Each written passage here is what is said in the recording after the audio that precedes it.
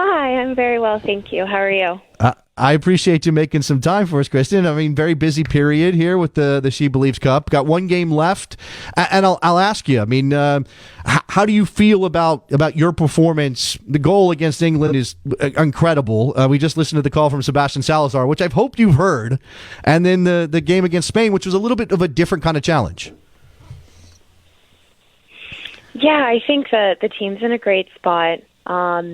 Getting used to our new coach and just trying to build every game, and I think that's where I am personally. Started the year off pretty strong, which I think is great, but it's also just the foundation and the building blocks. So I'm hoping to continue to improve as a team and individually throughout the year because the Olympics is a bit later this year, so we need to be peaking late July. Do you think is there a difference? Does it feel different for you with Vlatko in charge as opposed to Jill Ellis? Of course. I think that, any change of coach, drastically changes the environment. I think Vlatko has a very hard task. With Jill having won back-to-back World Cups, it's, a hard act to follow. But he's done a great job so far in implementing his nuance and his details, but keeping some of the big structures that have made us so successful. Are you more comfortable with Vlatko? I mean, obviously, your playing time's a little bit different. Are you more comfortable? I would not say that. I think that with Jill and Tony, we had very, very clear roles. And so there was a comfortability in that. And there was a clarity in what was expected of us. And I could really easily predict what my teammates were going to do, what my playing time was going to be like. And obviously, I think just any change is hard. And there's a bit more freedom. And there's a bit less rigidness in the expectation, but that presents its own challenges as well as creates a really fun environment to play the beautiful game.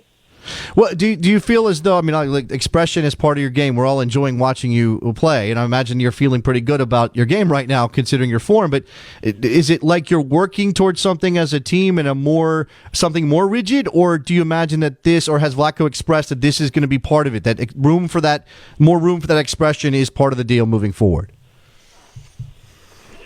I think so. I think it's not something that's been explicitly said, but I think that's the feeling in camp and in trainings and games. There's a bit more gray area and a little bit of empowerment of the players to make decisions.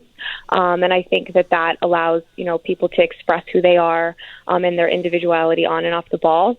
And, then our job, having come out of a different system, is to actually relearn all of our teammates and our tendencies and, kind of get to know each other within that newly found freedom of expression. I want to ask you about the goal against England. When you hit it, did you know it was going in? How many times have you hit something like that in your life? I did know it was going in, but I've felt in the past that when the ball has left my foot, I felt like I surely scored and it hasn't gone in. So I watched and just made sure because you never know. But it felt good. It felt exactly as it's supposed to. That's a particular place on the field that I've trained extensively for 20 years now. So I know what it feels like, and that's exactly what it's supposed to feel like. There's so much talent in this group and so many amazing players and so many fan favorites, Kristen. And obviously Megan Rapinoe she had an incredible World Cup and she is a fan favorite. And, we expect to see her in the team again on a regular basis. But, you guys play the same position. So there's a question of, okay, is Kristen Press taking over for Megan Rapinoe? What's it like just kind of being in that environment, playing with somebody like Megan, but also being in competition with her for time? Yeah, I think one of the greatest blessings in my career has been to be competing with Alex and Pino specifically, from a 9's perspective and now from an 11's perspective for time. It's a very, very challenging task, and it keeps me on my toes at all times. But I think now with Pino being one of my closest friends and having been really close with her throughout this last World Cup build-up in, sharing playing time and kind of growing in that role together. I feel really good about it. I feel like we're both in a position to succeed. And I think that, that's what makes our team great, that there's as much, if not more, in team competition. And so then by the time we get to face opponents, we've faced the worst, and, we've scraped and clawed for all of our positions, and it sets us up to be tough as nails and really hard to beat. No, you guys are capable of scoring amazing team goals, individual goals like yours against England, but also set pieces remain a major part of what American soccer does. And for the women's national team, it's how you beat Spain. When you're taking that kick, are you aiming for Julie's head? How does that work? How much training do you guys do on that specific play? Well, our team prides itself on being best in the world, offensively and defensively, in set pieces. And that's something that I think as veteran players we've really been focusing on in this transition, making sure that the mentality piece on set pieces continues in this new era.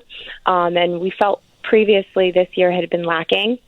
And even earlier in the Spain game, we had missed some really great balls. And, when you get to that moment at the end of the game where everybody feels like this could be it, this could be the last chance, that's where I have even the most trust in my team. So my mindset was get the ball behind the back line, put the ball in the space behind the defenders, because I had no doubt in my mind that my teammates would be there.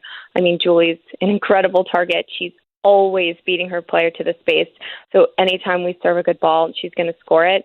And having that type of runner on your service gives you a lot of confidence. You just have to do your job. It doesn't have to be, spectacular. You have to beat the defenders, put the ball where it needs to go, and my team will take care of the rest.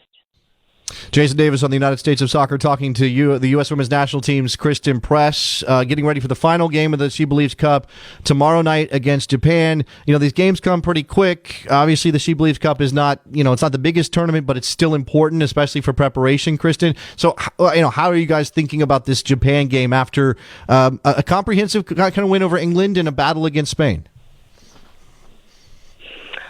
Well, actually, this is our last tournament play until the Olympics. Obviously, we had tournament play for qualifying in January, and then we have this tournament, and then the rest of preparation is friendly matches, which are quite different in how you prepare, in how you feel when you're playing. So I actually think our team is taking this tournament incredibly seriously, because it's our last time to get the rhythm of a tournament. And, how you're hydrating, how you're recovering. So I think that that's a really big focus going into the game tomorrow. It's just making sure that we're all being absolutely locked in as if this was a run-through for the Olympics. And it's a must-win game for us because after this, we'll be in kind of a different cadence of games, and we won't really be able to practice these types of, professional tidbits. Mm-hmm. The 30-game unbeaten run, is that something that the team do you guys talk about it? Has there been discussion? Has it even been acknowledged? And does it provide any extra pressure to keep it going? You saying that is the first I've heard of it. Okay. I think that there's a sense, I don't have a clear memory of, the last time we lost. So I think that everybody feels that. It's not something that's discussed. I think that, on this team, winning every single game is the expectation.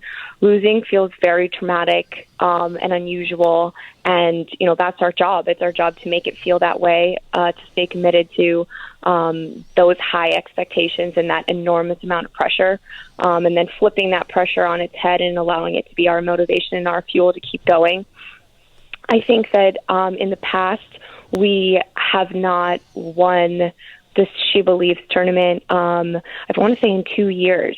So I think that's something we've talked about going into this game. We win this game tomorrow. We win the tournament for the first time in a while, and I think that'll feel like a good step forward. Yeah, tomorrow night, 8 p.m. Eastern Time in Frisco, Texas at Toyota Stadium. The U.S. Women's National Team up against Japan in the final game of the She Believes Cup. Christen Press with us on the United States of Soccer. Christen, congratulations on all the success. Good luck tomorrow night, and thank you very much for the time. Thanks for having me.